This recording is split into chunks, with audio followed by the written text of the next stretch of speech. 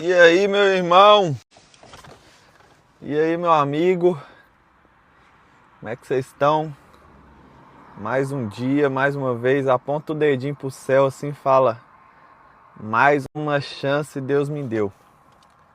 Não sei por que tá essa sombra aqui, deixa eu arrumar aqui.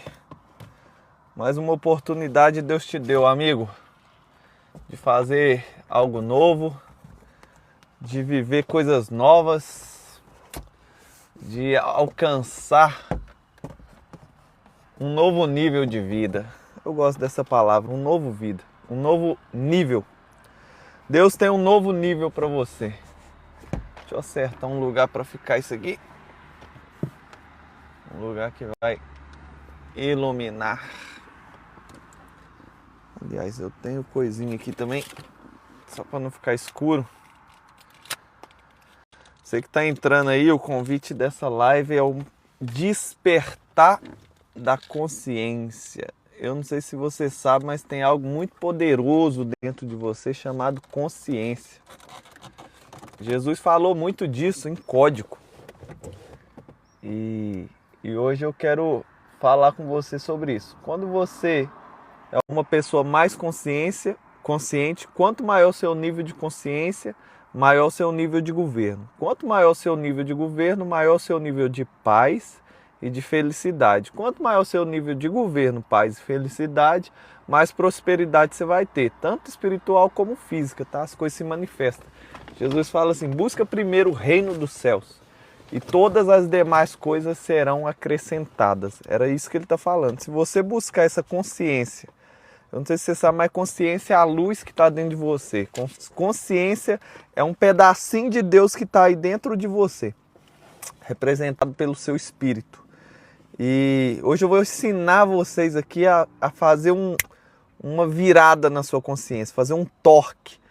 É uma força que eu vou jogar aqui e que vai bater na sua consciência, que vai dar um despertar em você. Por isso que é o despertar da consciência.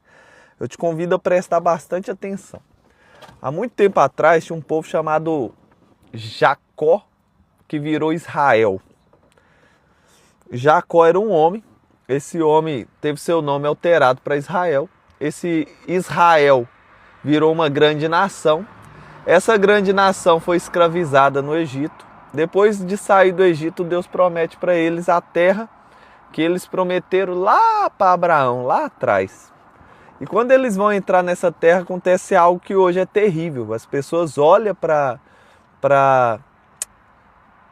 a ordem de Deus. Deus fala assim: se vocês entrarem nessa terra e não tirar todo mundo que está lá, vocês vão se corromper com os costumes dessas pessoas.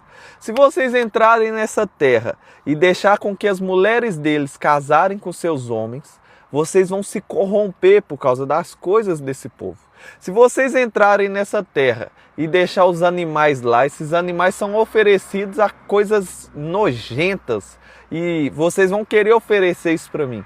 Então quando eles vão entrar, Deus fala: extermina tudo, tira tudo. É uma limpeza geral e o nome daquela terra chama Canaã. E lá vivia um povo chamado cananeu. E esse povo cananeu tinha um deus pagão chamado Baal, ou Baal-zebu. E qual que era o maior problema desse tal deus chamado Baal, dessa terra? Quando você volta um pouco no tempo, você vê Abraão. Quando você vê Abraão, Deus fala: vai para uma terra que eu te mostrarei.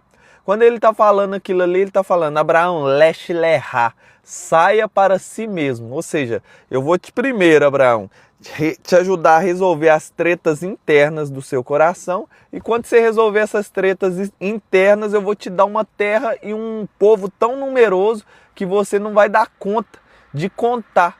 Ele até fala: conta as estrelas do céu. Você não dá conta nem de contar as estrelas, quanto mais o povo que eu vou te dar como descendência.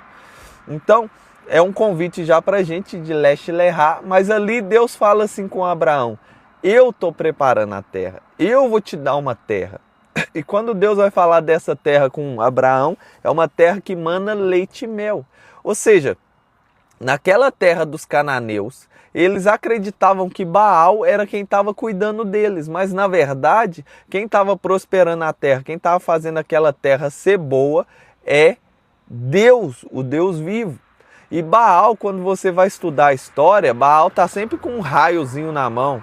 Muitos dos deuses pagãos deles de prata e de ouro, Baal tinha um raio na mão. Porque Baal, para os cananeus, representava o deus do trovão. E quando você vê trovão, é sinal de chuva. Então, para aquele povo, Baal mandava o trovão trazer as nuvens e fazia chover. Sendo que a gente sabe, eu acabei de falar, que quem estava mandando chuva e prosperidade para aquela terra era o próprio Deus vivo. Então esse é o pior ponto da idolatria. Qual que é o pior ponto da idolatria? Idolatria é você colocar o mérito das coisas que estão acontecendo na sua vida para outras pessoas que não são Deus, que é aquele que realmente está fazendo. Então Deus, ele está te dando vida, Deus está te dando graça, Deus está cuidando de você, Deus está ministrando na sua vida. E em vez de você render graça para Deus, você rende para Baal. Como assim, Thales? Me explica, eu vou te explicar melhor. Isso é o pecado dos cananeus e esse é o pecado chamado idolatria. Deus é que mandava água para aquela terra, Deus é que mandava prosperidade. Mas em vez deles render adoração a Deus, eles se dobravam para Baal e falavam: ó grande Baal, obrigado pela prosperidade. Na sua vida é igual. É Deus que está te dando saúde, é Deus que está te dando condição de colocar comida na mesa, é Deus que está te dando condição de crescer. E em vez de você render graças a Deus, você fala: não, isso é o dinheiro, isso é meu esforço. Então você coloca você no lugar de Deus. Você coloca: é meu primo que abriu aquela porta de emprego para mim. É fulano que prosperou e essa prosperidade está chegando em mim. Não, nunca renda graça a ninguém, nem a nada a não ser Deus. Se você tiver uma conquista, não importa o que acontecer, é Deus que está te dando vida, é Deus que está te dando fôlego, é Deus que te dá sabedoria. A palavra é tão profunda nisso que eu não sei se você sabe, tem uma palavra que me chocou um tempo atrás. Fala assim: é Deus que opera o querer e o efetuar. Então o que é que você faz, mano? Você só faz a escolha. Então todas as coisas boas que acontecem na sua vida, é Deus que faz você escolher, é Deus que te conduz. Então vamos lá.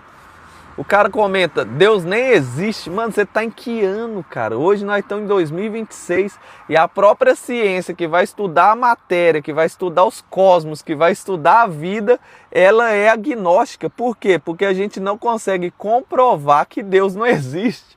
É o contrário, a gente já está num ponto da ciência que cientificamente Deus existe. Agora, tem gente que acredita que Deus é um alienígena, tem gente que acredita que Deus é um não sei o quê.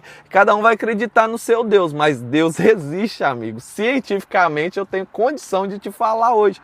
Então o cara que fala: eu sou ateu, eu não acredito em Deus, esse cara na verdade é só um ignorante que não está nem acompanhando a ciência. Nós estamos em 2026, Deus já avançou a ciência um pouquinho aí, muito, sabe?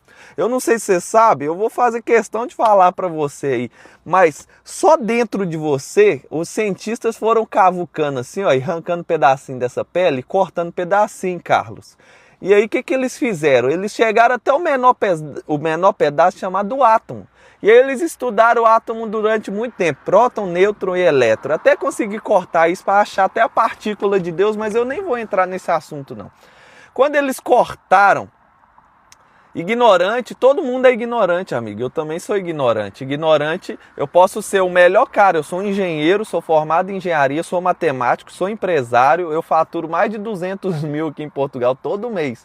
Mas eu sou ignorante quando eu vou falar de produto de limpar piso de madeira, talvez. Então todo mundo é ignorante, depende do assunto. Então vamos lá.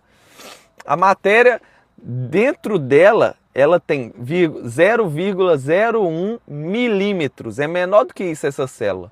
E dentro da célula tem uma fita DNA de 2 metros, amigo. E dentro dessa fita DNA de 2 metros, o que deixa os cientistas mais abismados não é o tamanho da célula. A pessoa não dá conta de ver essa célula com o olho humano. Mas o que deixa eles mais abismados não é... Eu tenho 1,83, quantos metros você tem? Talvez você tenha 1,70, 1,90, mas imagina, uma fita de 2 metros dentro de uma célula de 0,01 milímetro.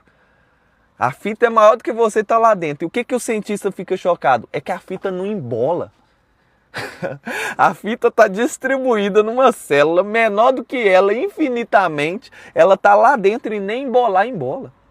E qual que é o problema? Cada célula de um corpo, eu vou falar só de um corpo, tá, Carlos? Só um corpo humano tem 37 trilhão de células, amigo. É 37,2. Então, se você pega uma fita DNA de 2 metros, em cada célula tem 37 trilhão, então nós chegamos num número assustador, chamado 74 trilhão. Eu sou matemático, eu sou engenheiro. Para mim escrever esse número, eu tenho que parar para raciocinar. É zero demais. É um número assustador, só o potencial e o poder de um homem. Mano, é tanta energia, é tanto poder, é tanta coisa que está dentro de você que a gente não tem tecnologia nem para chegar nisso aí, nem para alinhar essa fita. Só para a gente pegar a fita, colar uma na outra, esticar, nós tem que ir na lua e voltar 20 mil vezes, amigo. Só para me esticar a fita DNA que está dentro de um homem, eu tenho que ir no Sol e voltar 200 vezes. O planeta mais longe da Terra é Plutão. Para mim ir em Plutão e voltar, eu tenho que ir em Plutão e voltar 8 vezes para mim esticar a fita DNA de um homem. Então a ciência está começando a enxergar isso e fala, mano, não tem como isso ser por acaso. Eu só estou falando de fita DNA. Se eu falar só dos metros de veia que você tem no seu corpo, dá para dar a volta na Terra, amigo. Como é que alguém coloca aquilo ali dentro do corpo, coloca o líquido para passar dentro, uma explosão nuclear? Eu sou engenheiro, como é que eu vou soltar uma explosão, vai formar um prédio, dentro do prédio vai ter um monte de conduto, a água vai passar só por dentro do conduto e aí vai formar aquela estrutura, tudo uma explosão. Na gente, cientificamente, é ignorância a gente falar que Deus não existe, irmão. Então é por isso que a ciência hoje chama agnóstica. Então todo mundo que é ateu, irmão, todo mundo que é ateu fala assim, eu sou ateu. Na verdade ele é só um ignorante que não está acompanhando a ciência. Ele pode não ser ignorante quanto a matemática, ele pode não ser ignorante quanto a ganhar dinheiro, ele pode não ser ignorante quanto a muita coisa. Mas quanto à posição da ciência, hoje ele é um ignorante. Então Deus colocou todo esse poder dentro de você. E aí Deus te fez prosperar. Aí você prospera e fala, foi meu amigo. Ah não, foi o meu primo que é rico e me colocou aqui nessa posição. É isso que aquele povo cananeu fazia. Deus mandava a chuva, foi Baal. Deus mandava a prosperidade, foi Baal. Como assim, amigo? Foi Deus, foi o Deus vivo. Esse é o pecado de idolatria. Você render glória para outra coisa sem que é Deus que está abençoando. Você entende como é terrível? A gente se sentir, aquele sentimento de ingratidão, é o pior sentimento que tem, é o sentimento da ingratidão que vem junto com a idolatria. Então, eu não sei se você sabe, mas naquele tempo de Baal ali, onde Baal foi muito adorado em Israel, Elias estava naquela época como profeta. Veio um tal de rei aí chamado Acabe, trouxe uma mulher desse povo que adorava Baal, e essa mulher veio trazendo um monte de sacerdote desse cara. E aí vinculou ali em Israel, fez todo mundo adorar esse Deus. Qual que era o problema da época? Não é que o povo não adorava a Deus, presta atenção o que eles faziam. Deus era o Deus responsável pela vida. Era o Deus que tirou o povo do Egito. Era o Deus forte que abriu o mar. É o Deus todo-poderoso. Aí eles entendiam, não, Deus me dá vida. Então eles acordavam de manhã, Adonai, Elohim, glória a Deus. E de tarde, não, Baal é quem manda a chuva. Então de manhã eles adoravam a Deus e de tarde eles adoravam Baal, porque eles precisavam de chuva para o terreiro deles crescer as plantas. Você entende o que é a idolatria aqui? A idolatria não é excluir Deus, é colocar Deus misturado com outra coisa. Inclusive, eu não sei se você sabe, quando Moisés sobe para adorar a Deus lá em cima e fala com Deus e o povo constrói aquele bezerro de ouro, Deus não ficou furioso com eles porque estava adorando outro Deus, não. Ele estava adorando o Deus vivo na imagem daquele boi. Deus fica furioso. Como é que você pega eu, Deus vivo, todo poderoso, todo glorioso, coloca um boi e fala que eu sou um boi, amigo? E era normal, porque o boi é figura de força, figura de poder. Só que Deus é muito acima. O próprio Isaías vai falar assim, a quem que eu vou me comparar? Quem que debaixo da terra vai se comparar? Você acha que eu preciso do sacrifício do ser? O que é toda a madeira da terra para queimar na minha frente? Deus é muito acima do que qualquer coisa dessa terra. Então a idolatria não é só ruim porque você adora outros deuses. É porque você coloca Deus misturado com essa gentalha, amigo. E era o que eles faziam lá no povo cananeu. E aí o israelita entrou, eles tiveram pena, eles foram bonzinhos, não mataram os animais, não matou o pessoal, não expulsou, sendo que Deus avisou. Se vocês não matar e fizer uma limpa nisso aí, vai voltar merda pra vocês, vocês vão ficar comendo merda por causa desse povo. Só que eles foi bonzinho, igual você é bonzinho agora. O seu problema é que você é bonzinho.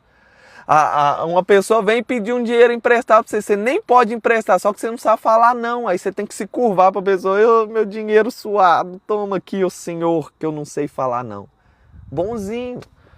Você tem seu carro, tem suas coisas, você vai lá e empresta o seu carro para os outros. Aí eu não sei se você sabe, mas toda vez que você fala sim para alguém, você está falando não para outros. Então você fala sim para ele, seu filho passa mal, você que vai ter que pagar o Uber. Amigo, coloca você em primeiro lugar. Isso é amar a Deus acima de todas as coisas. Porque se você não souber nem se amar, como é que você vai amar a Deus? Se você não sabe nem se amar, como é que você vai amar seu próximo? Ele mesmo falou, ama o seu próximo como a você mesmo. Você não sabe se amar, como é que você vai amar os outros? Como é que você vai amar a Deus? Você vive sendo bonzinho, não é ser ruim. Seja uma pessoa boa, mas deixa de ser bonzinho.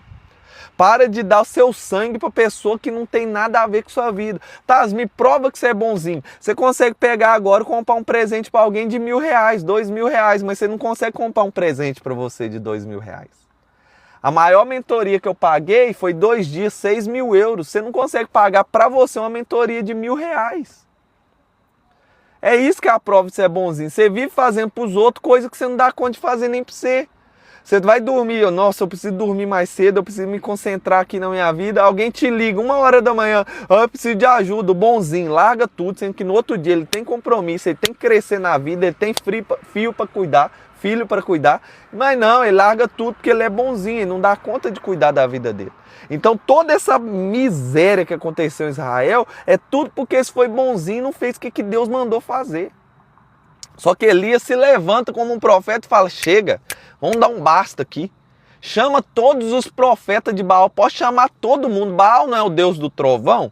Baal não é o bichão, o Deus todo-poderoso? Então vamos ver, então, se Baal é Deus, vocês montam o sacrifício, ele vai mandar fogo do céu. Mas se Deus vivo é o Deus verdadeiro, nós vamos montar o sacrifício e ele que vai responder com fogo. Vamos fazer aqui um teste para ver quem é Deus de verdade.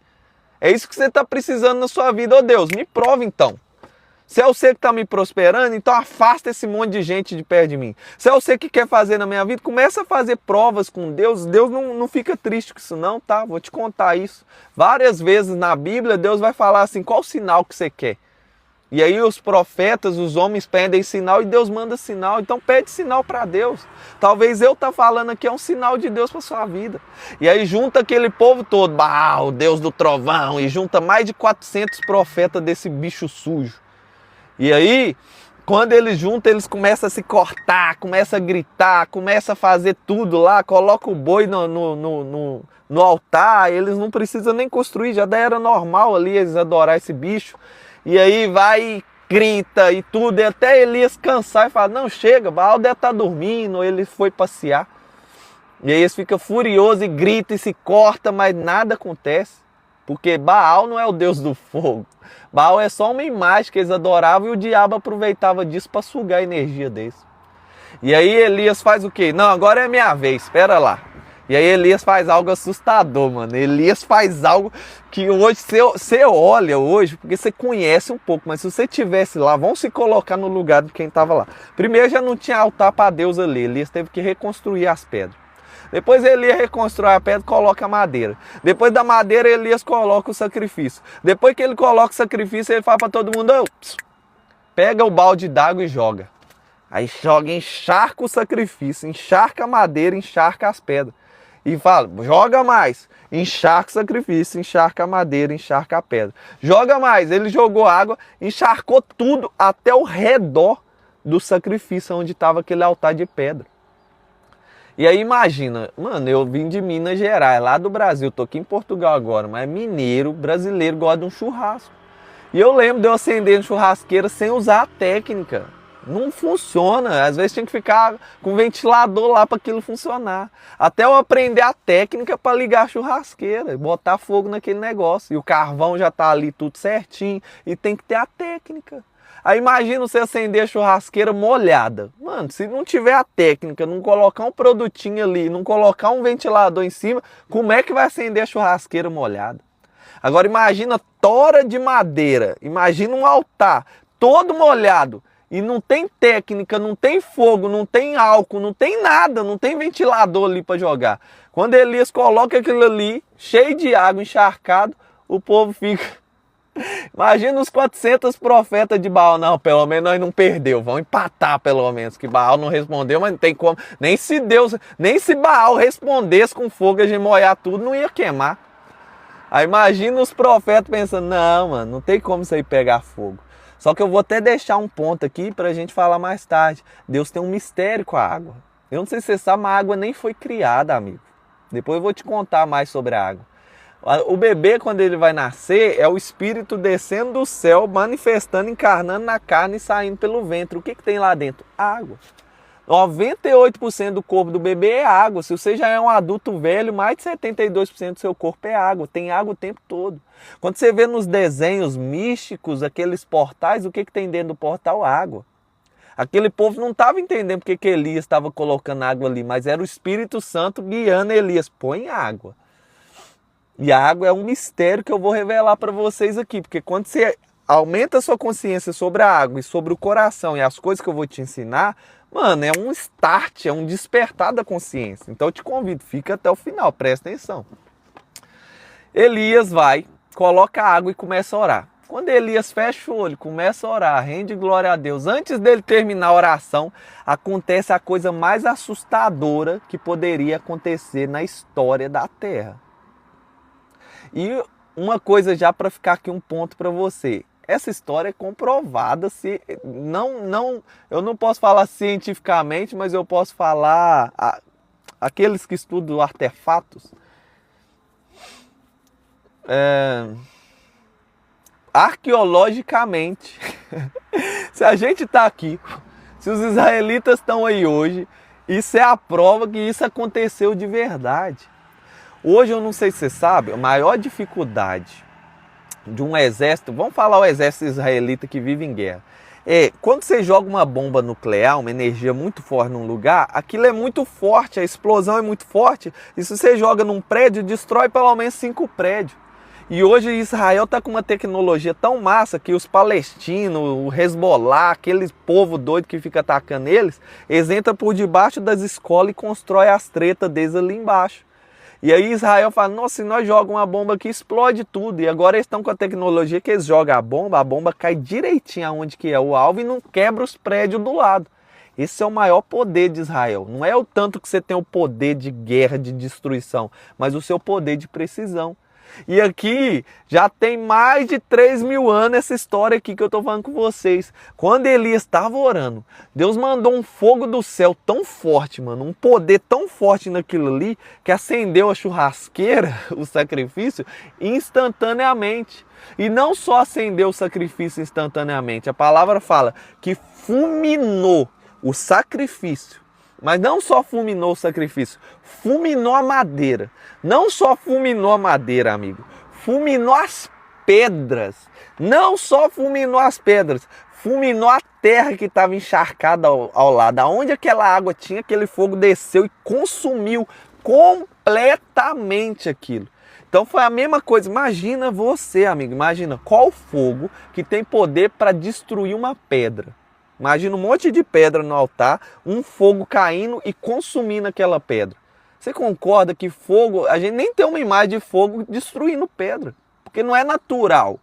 Então foi um poder tão forte que o Senhor mandou ali, que destruiu aquilo tudo, queimou as pedras e fez um queimado em volta do altar. Só que o mais assustador da glória de Deus, do poder de Deus, é que ninguém morreu. Deus conseguiu mandar aquele poder igual uma flecha. Imagina Deus lá do alto assim. É agora, Elias. Ora, ora. Ele acertou a flecha no alvo certinho. Pum! Não matou ninguém. E aí, deixa eu só responder aqui uma pessoa, para não interromper aqui a live.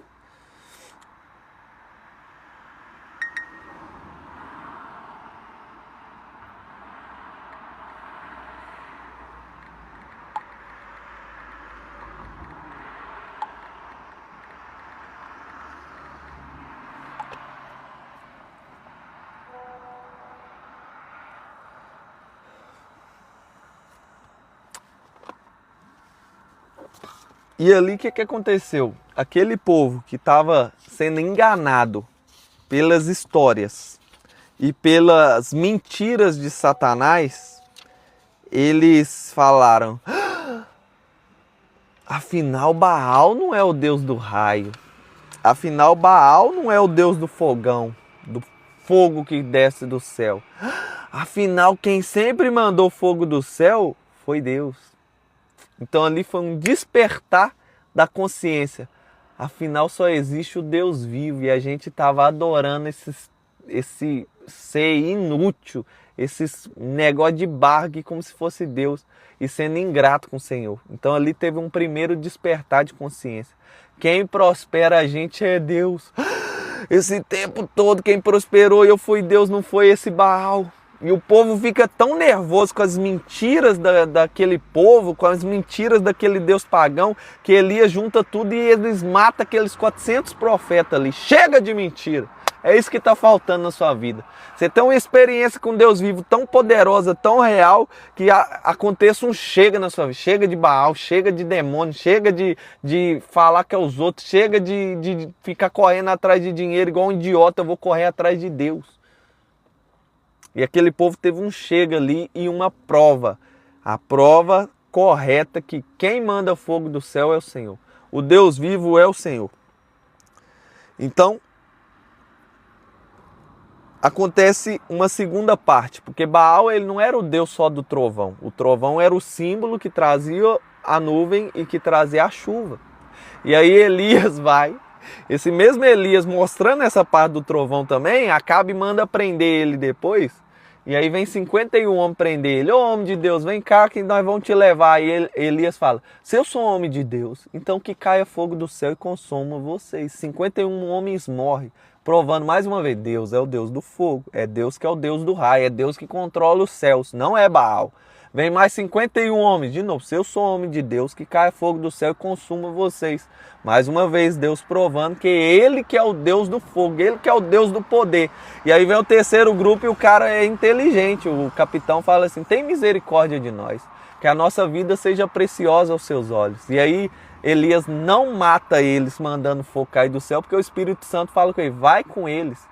Mais uma vez mostrando o quê? Que Deus é o Deus da compaixão, é o Deus do amor. Esse é o Deus que você serve, mano. E aí quando o Deus provou que é Ele que manda fogo, Ele virou para Acabe através de Elias e falou, pode correr e arrumar as coisas, porque eu já sinto o cheiro das águas. Então Deus provou, eu sou o Deus do fogo, mas eu vou mostrar para vocês que eu sou o Deus da chuva também. Como? Primeiro Elias ora, fica não sei quantos meses sem chover, não caiu uma gota do céu. E aí depois Elias ora e a chuva cai do céu. E aí é mais uma vez Deus falando, não existe Baal, amigo. Baal é só as mentiras que o capeta falou. Baal nem é o capeta. Baal é as mentiras que o capeta falou para enganar vocês. Não existe isso aí. Quem mandava o raio esse tempo todo e trazia as nuvens é Deus. Quem mandava a chuva esse tempo todo e trazia prosperidade para vocês é Deus. Então Deus usou Elias para mostrar com aquele altar e com essa questão da chuva quem era o Deus verdadeiro. E de uma vez por toda eliminar a ingratidão daquele povo. Porque toda vez que você fala que você comprou um carro porque um crédito aprovou, você comprou não sei o que porque fulano fez, mano, você está sendo ingrato com o Deus verdadeiro. Então Deus não divide a glória dele com ninguém. A glória é de Deus. E Deus tem todo o prazer, todo o desejo que você dê muito resultado e muito fruto, porque isso glorifica a Deus. Eu não sei se você já parou para pensar, o maior atributo de Deus é a santidade. É o atributo que repete 3 vezes na Bíblia. Santo, santo, santo é o Senhor dos exércitos. Então você vai ver isso como o maior atributo de Deus. A característica de Deus é que Deus é santo. E aí Deus se manifesta na terra, no corpo de Jesus e vai falar, vocês querem que eu ensine vocês a orar? Tá bom. Pai nosso que estás no céu, santificado seja o teu nome. Como assim, Jesus? Como assim santificado seja o nome do Deus que é santo 3 vezes? Não faz sentido. O que Jesus estava falando então? Porque ele estava falando coisas codificadas que você não deu conta de entender. Como que eu santifico o nome de Deus? Através das minhas obras. Quando a pessoa olhar para você, ela tem que falar, nossa, glória a Deus, é Deus na vida desse menino, hein? Nossa, santo Deus na vida desse cara. Olha lá, o cara era um drogado, daqui a pouco saiu das drogas. Vou contar a minha história. Era um drogado, saiu das drogas. Saiu das drogas, arrumou uma menina, começou a fazer as coisas certinho com a menina. Já conheceu essa menina, começou a casar, abandonou, a família toda era adúltera, era tudo errado na família. Ele casou, tá certinho com a menina. Ó, ele juntou com Deus, agora juntou com essa menina e terminou a faculdade. Nossa, ele parou de beber, parou de andar com as pessoas erradas, começou a prosperar. O que é isso na vida dele? É Deus. Nossa, mas ele casou, a menina é estéril, ela não pode ter filho. Nossa, mas Deus é tão na vida dele que ele ficou 5 anos tentando gerar um filho, a minha história, mas aí Deus falou que ia ter filho e aí nasceu uma criança linda chamada Valentina.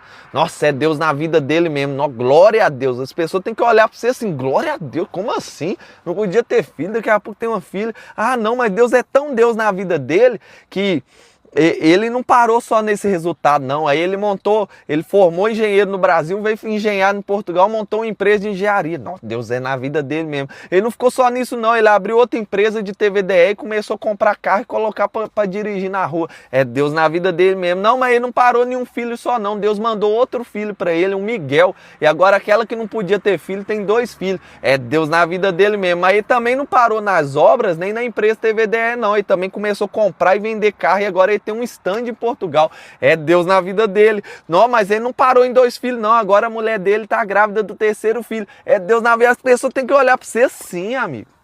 É isso que você tem que fazer na terra. Tá todo mundo ao seu redor olhando para você, querendo ver seus resultados. Cadê Deus na sua vida?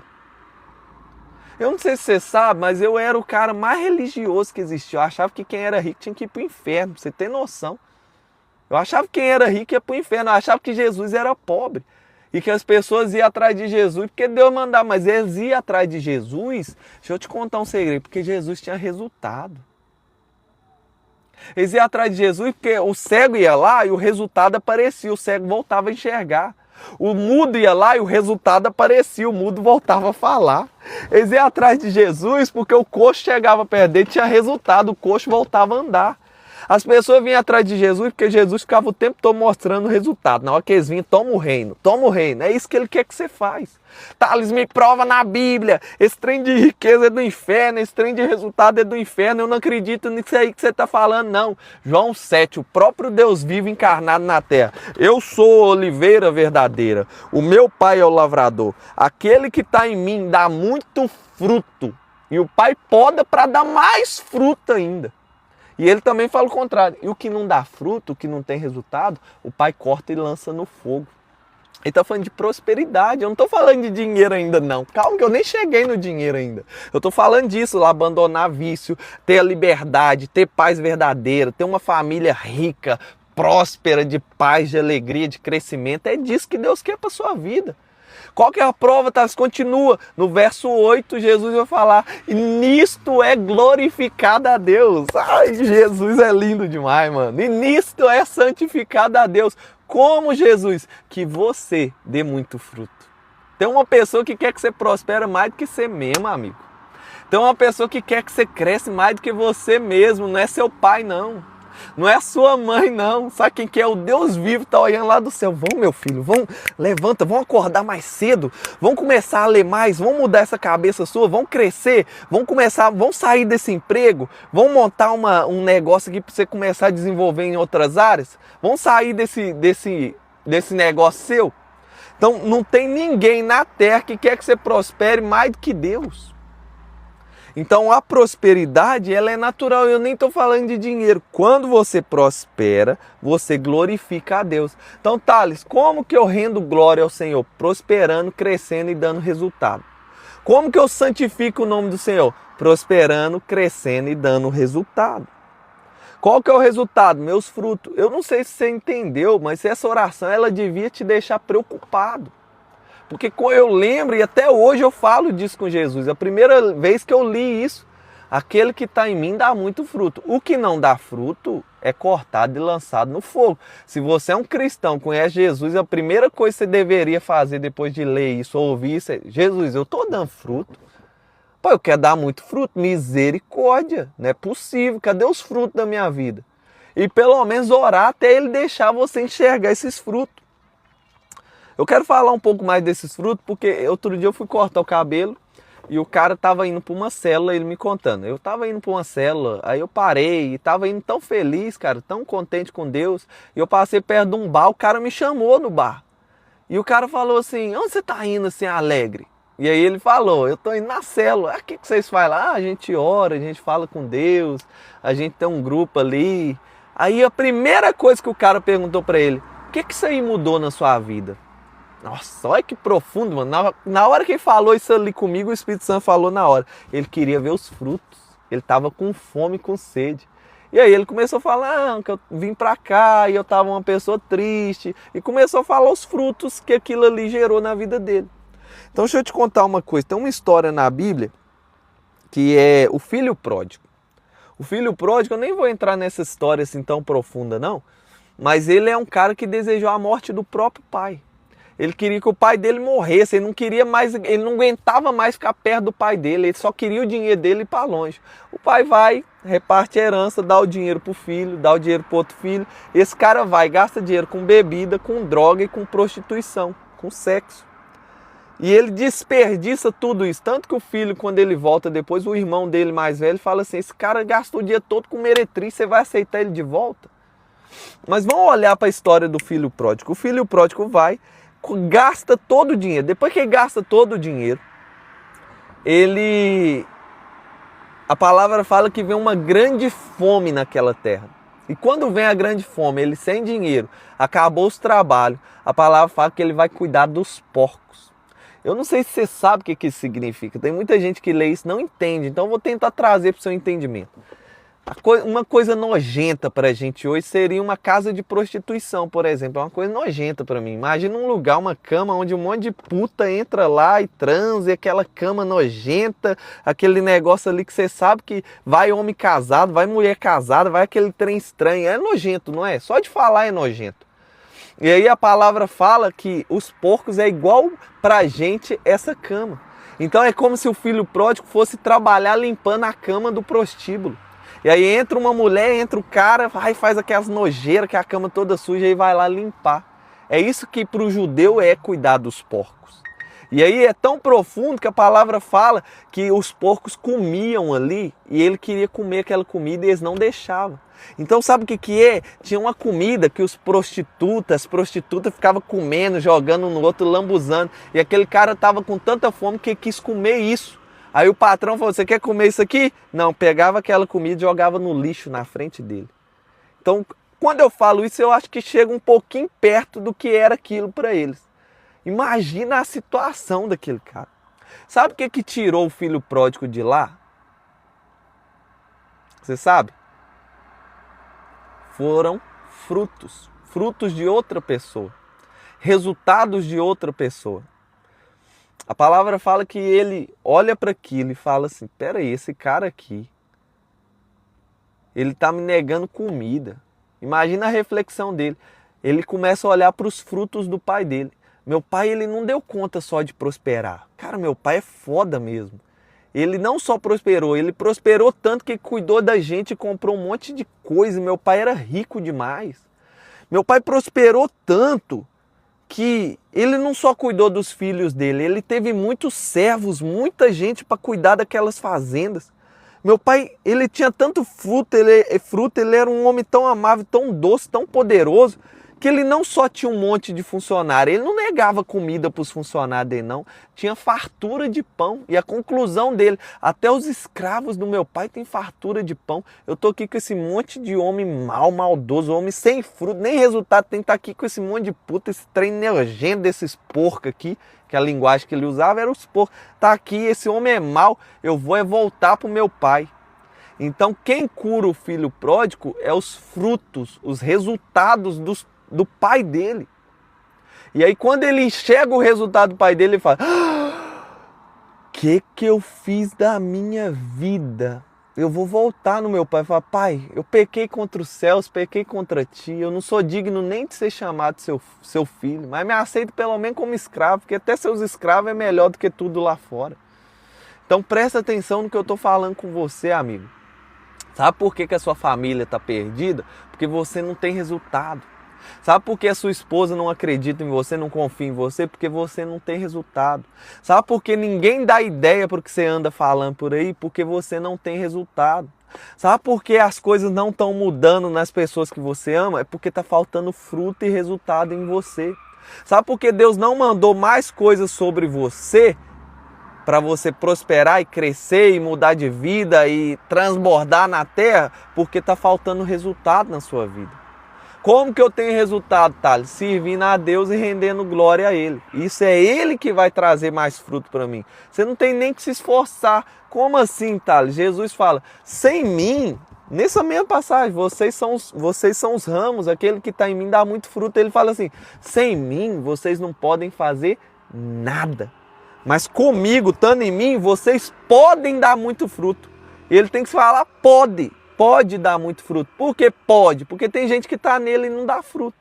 Por que não dá fruto? Porque não está limpando o coração, não está ouvindo a voz dele, não está obedecendo. A minha esposa está aqui na live. Todas as vezes que Deus falou comigo até aqui, foram coisas que eu não queria fazer, eu não queria obedecer. Ir para o TVDE, eu não queria ir para o TVDE. Vai para o Brasil, eu não queria ir para o Brasil. Volta para Portugal, mas não vai para a mesma casa, eu não queria fazer isso. Toda vez que ele continua falando, agora mesmo eu estou entrando num desafio, pegando um negócio que eu não queria estar pegando. Eu estou pegando porque é obediência a ele. Aí a gente cresce e transborda. Por quê? Você pode dar fruto quando você está nele, porque quando você está nele, ele fala com você. Quando ele fala com você, você dá fruto, é natural. Então, o que é o fruto, Thales? É obedecer Jesus, nada mais, nada menos do que obedecer Jesus. Eu quero dar muito fruto, então obedece Jesus. Eu quero mudar de vida, obedece Jesus. Eu quero acessar minha consciência, elevar minha consciência, prosperar nessa terra, obedece Jesus. É simples, é só isso, não tem mais nada do que isso. Então, eu quero terminar aqui esse estudo. Eu comecei a fazer ele na outra live do Instagram, mas o Instagram derrubou. E eu vou fazer ele de novo aqui. E eu vou ficar repetindo esse estudo. Porque Deus está falando algo comigo. Toda vez que eu aplico ele, Deus me mostra coisas que eu não vi. Então hoje eu vou ir até o final aqui, vou ensinar esse estudo, vou finalizar com a visualização e depois vou ir para casa para ver a mulher que eu mais amo na minha vida. Mas Deus mandou fazer isso aqui, então eu vou fazer. Não era para mim estar aqui, já era para mim estar em casa uma hora dessa. Mas vamos lá, vamos continuar aqui para vocês entenderem. Essa aula vai ficar registrada também. Então, o que eu preciso para mim dar muito fruto? Para mim ter muito resultado? Você precisa ouvir a voz de Deus. Thales, como que eu faço para me ouvir a voz de Deus? Você precisa olhar para dentro de você. Lembra? Abraão, lech lecha, saia para ti mesmo. Então, quando você olha para dentro de você, tem uma coisa chamada corpo, alma e espírito. Você não é só esse corpo. Aliás, você nem é esse corpo. Esse corpo é só adubo que vai ficar aqui nesse mundo. Você é a alma dentro de você que tem um espírito vinculado a ela. Então, a alma e o espírito, ela é tão unida, ela é tão vinculada que não tem na Terra nenhuma tecnologia capaz de separar a alma do espírito. A gente não consegue falar, até aqui foi a alma, até aqui foi o espírito. A gente não tem esse poder. Quem tem esse poder? Thales, a Bíblia fala que o próprio Deus, a palavra do Senhor vai até a divisão da alma e do espírito. Então a única coisa que consegue enxergar a divisão entre a alma e o espírito é o Senhor. Quando Deus quer falar com você, Ele não fala com o seu corpo, Ele não fala com a sua alma, Ele fala com o seu espírito. O seu espírito, ele vem, absorve essa energia, comunica com a sua alma e a sua alma toma decisão. Eu vou obedecer ou não vou obedecer? Se você obedece, você vai para o caminho da vida. Se você desobedece, você vai para o caminho da morte. E aí Salmos vai falar, todos os dias eu coloco diante de você 2 caminhos, um de vida e um de morte. Escolha hoje qual você quer. O Elias que a gente está falando aqui, escolha hoje quem que vocês vão servir, a Baal ou ao Deus vivo. Então toda vez que você faz uma escolha, quem faz a escolha é a alma. Quem vai ser condenado ao inferno é a sua alma. Quem peca é a sua alma. Eu não sei se você sabe, mas seu espírito nem pecar, peca. O seu espírito foi colocado dentro de você quando Deus moldou o barro e fez assim na narina do homem. Ele colocou o espírito e a alma, e o espírito representa ele. Qual que é o problema, Thales? Que quando o homem pecou, ele afastou de Deus, carregou um pedacinho do Espírito de Deus e você tem um pedacinho aqui que só Deus pode preencher. Por isso que a gente vive correndo atrás de dinheiro, de carro, de casa. Aí você ganha o carro que você quer outro maior. Você compra a casa que você quer uma casa maior. É sempre isso, porque a gente está sempre tentando preencher esse pedação que está faltando do Espírito com coisa e nunca vai preencher. Só Deus preenche. Então, ao redor de você tem um campo eletromagnético de 7 metros de raio. E esse campo é a sua alma e seu espírito, que fica o tempo todo circulando ao seu redor. Então, presta muita atenção no que eu vou falar com você. Eu vou explicar o representante físico de cada coisa. O representante físico do corpo chama vibração, frequência. Por isso você está vendo hoje, a ciência começou, eu falei aqui no começo por causa de um ateu que apareceu aí, que a ciência foi cortando a matéria até chegar na menor matéria que tem, que é o próton. Não tínhamos condição de cortar o próton, então eles começaram a colidir isso um com o outro. E a ciência conseguiu, através da física quântica, entender que tudo está firmado numa coisa, vibração. E aí você olha, até interessante, você volta em Gênesis, tudo foi criado com uma vibração chamada haja luz. A voz é uma vibração, igual o violão é uma vibração, tudo é uma vibração. Então tudo que você vê, que você fala, isso aqui é sólido, não é sólido, é uma coisa vibrando, só que ela vibra tão devagar que você consegue enxergar. Inclusive esse carro está vibrando, a mesa está vibrando, minha garrafa de água está vibrando, meu corpo está vibrando, e conforme vai subindo essa frequência da vibração, ou você vai para uma energia de amor, de paz, isso já é ciência hoje, nem espiritualidade isso aí que eu estou falando com vocês. Então o representante físico do corpo chama frequência e vibração. O representante físico da alma chama sangue. Deus cria Adão e ele fala para ele as leis, conta para ele as coisas, nem é lei, né? Ele dá instrução para Adão. E Adão desfruta, peca, vem aquela lambuzeira toda ali em Gênesis, Deus fala, vou resetar a terra. Deus preserva Noé. Quando Noé desce da arca, ele dá a mesma instrução de novo, só que agora mais completa por causa dos pecados. E ele fala assim, dos animais que Noé podia comer, de tudo, e ele fala assim, pode comer, só não bebe o sangue. Por quê? Porque o sangue está na alma, Deus revela ali. Então o símbolo do sangue, do símbolo da alma, o representante físico da alma é o sangue. Thales, o que mais? O representante físico do espírito. Então, se a vibração, que é representada por essa matéria, é o representante do corpo, o sangue é o representante da alma, quem é o representante do espírito dentro de você? Se o espírito veio de Deus, presta atenção que eu vou falar. Quem é o representante do espírito? Se Deus é eterno. Lá em Gênesis fala assim, Deus disse, haja luz, e houve luz. E aí no dia 2 ele fala o quê? Haja separação da água de baixo da água de cima. Eu não sei se você entendeu, mas a água não foi criada. Volta em Gênesis, lê lá, a água não foi criada. A atmosfera, o ar, o oxigênio, não foi criado, ele já existia, Deus só separou a água de baixo da água de cima. Gênesis 1, no princípio Deus criou os céus e a terra. A terra era sem forma e vazia, e o Espírito de Deus pairava sobre a face das águas. Qual que é o representante físico do Espírito? A água. Por isso que eu bato tanto nessa tecla da água. Enquanto eu existir, eu vou bater na tecla da água. Um bebê, eu tô com um bebê agora na barriga da minha esposa. 98% desse bebê é água. Eu tô aqui, mais de 80% do meu corpo é água. Eu não sei se você sabe, mas tem uma coisa que é um veneno espalhado pelo mundo todo, que é a empresa mais assustadora da Terra hoje em questão financeira, chama Coca-Cola. Se você bebe um copo de Coca-Cola, você precisa de 39 copos de água para voltar o pH para o mesmo lugar. O que a Coca-Cola está fazendo com o seu espírito? Está destruindo ele. Por quê? Se o representante do espírito é a água, a Coca-Cola está destruindo a água do seu corpo. Café. Quanta coisa você está fazendo que está destruindo essa água. Eu não sei se você sabe, quem purifica a água no corpo é o rim. Se você não corre, não faz um exercício, vive bebendo Coca-Cola em cima de uma cama, não faz nada, Quem que está sendo afetado? O seu espírito e a sua alma. Então, temos representantes físicos. Representante físico do corpo, mais uma vez, vibração, frequência. Representante físico da alma, sangue. Representante físico do espírito, a água. A água e o sangue, quando eles caminham juntos, seguindo um circuito, por causa dos nutrientes, dos minerais, gera um campo eletromagnético.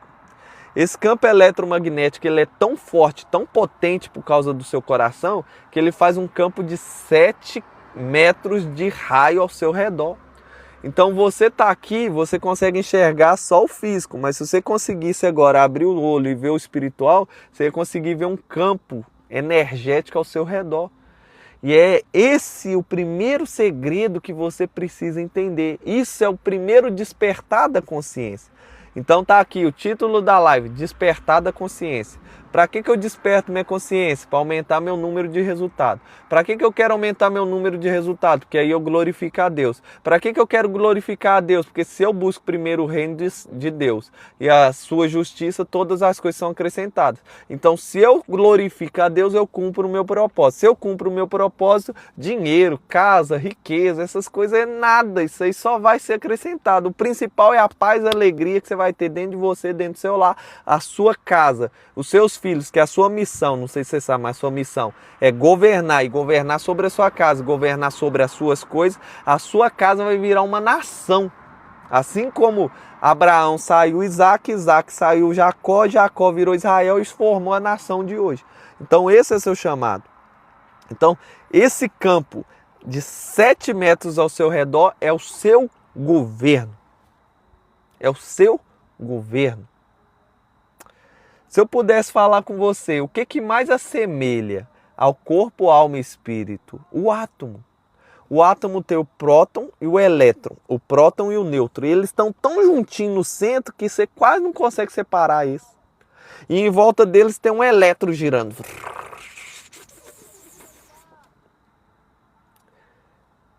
A alma e o corpo estão tão juntinhos aqui, ó, que elas são quase uma.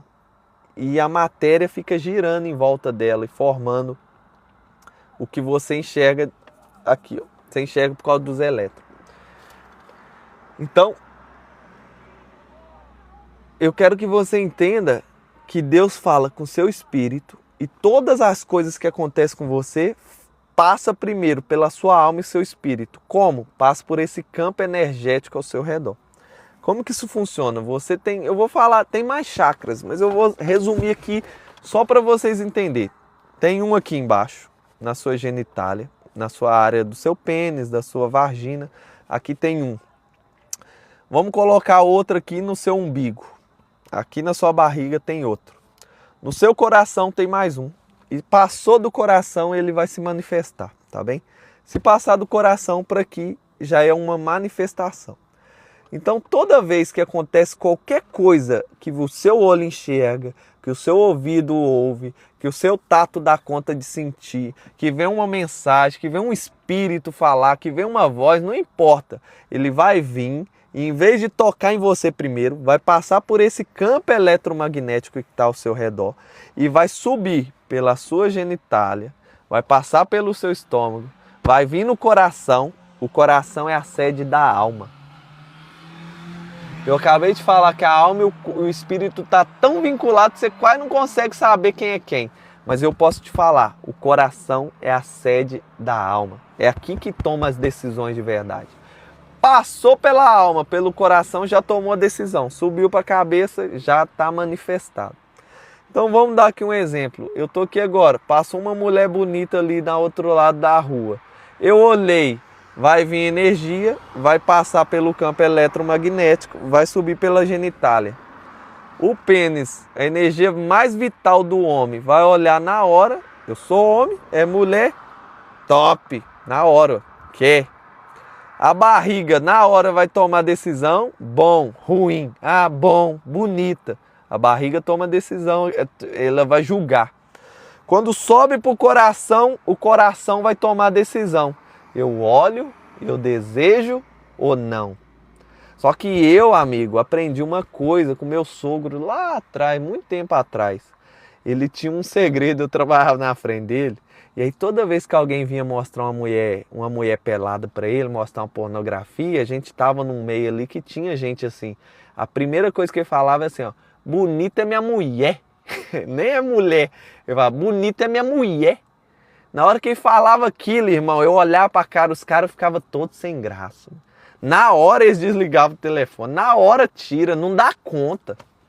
Então o que que acontecia? Vinha energia, o cara mostrando a mulher pelada para ele. Vinha energia passar pelo campo eletromagnético. Subiu na genitália, bonita, mulher, sou homem. Passou pela barriga, gostosa, nó que top. Na hora que chegava no coração tinha uma barreira ali. Qual que era a barreira? Essa frase, bonita é minha mulher. E Deus me revelou, isso é um filtro.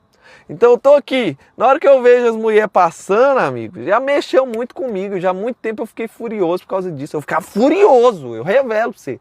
Eu já cansei de ir pra presente de Deus e falar, Deus, não faz sentido. Eu tenho minha mulher em casa, minha mulher é bonita, minha mulher é top, minha mulher é massa, eu não preciso olhar, por que que eu olho? Até eu entender isso aqui demorou muito. Inclusive eu já tive uma conversa dessa com a minha esposa, quase custou meu casamento. Porque eu tinha raiva, eu tinha ódio de olhar para isso. Até que eu aprendi a instalar esse filtro. Então passou a mulher, bonita é minha mulher. Na hora que você fala isso, amigo, não sobe daqui para cima. Não sobe. Vai para esse campo eletromagnético, você até dá conta de aproveitar isso depois. Então, passou, subiu. Eu não quero, é energia vital, dá o sentimento. Vem para a barriga, vai ter o julgamento, bom, não é bom. Se for feia, já sai aqui. Se o estômago não gostar, amigo, se a barriga não gostar, olhou para a mulher, veio e passou. É mulher top, passou na barriga, não gosto. Já cai aqui, nem sobe para a alma. Você já vira o olho na hora, é mulher feia. Ela pode ser feia para você, toda beleza tem sua... Toda mulher tem sua beleza, mas bonita para mim é só a minha mulher. Então, tudo que vai acontecer na sua vida é assim. Tem um dinheiro na frente de você, você pode roubar aquele dinheiro. Você olhou o dinheiro, vai vir aquela energia, vai passar no seu campo eletromagnético, vai subir pela genitália, a genitália vai falar do tônus vital, vai te dar uma emoção na hora. Ai, prazer, riqueza, alegria, você vê o dinheiro, na hora que passa no estômago bom, o estômago já está pensando na carne que vai comer com aqueles mil euros que está ali na sua frente. Na hora que sobe pro coração, vai ver, tem filtro? Não tem filtro? No meu tem um filtro, meu pai falando assim, bom é o que é meu.